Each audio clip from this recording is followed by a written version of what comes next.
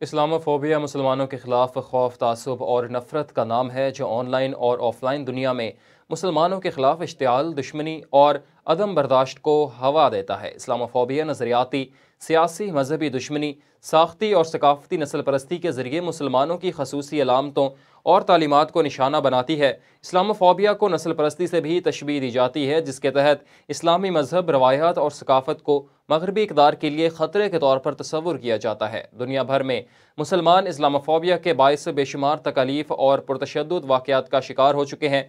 पाकिस्तान ने इस्लामोफोबिया के खिलाफ आलमी सतह पर आवाज़ बुलंद की और 15 मार्च 2022 को अक़वाम मुत्तहिदा की जनरल असम्बली में इससे मुतल्लिक करारदाद भी पेश की। पाकिस्तान की पेश करदा करारदाद में 15 मार्च को इस्लामोफोबिया से निमटने के आलमी दिन के तौर पर मुतारिफ करवाने की पेशकश की गई। इस्लामोफोबिया से निमटने के आलमी दिन का मकसद मुसलमानों और इंसानी हुकूक के हवाले से बैनुल अक़वामी सतह पर रवादारी को फ़रोग़ देना है।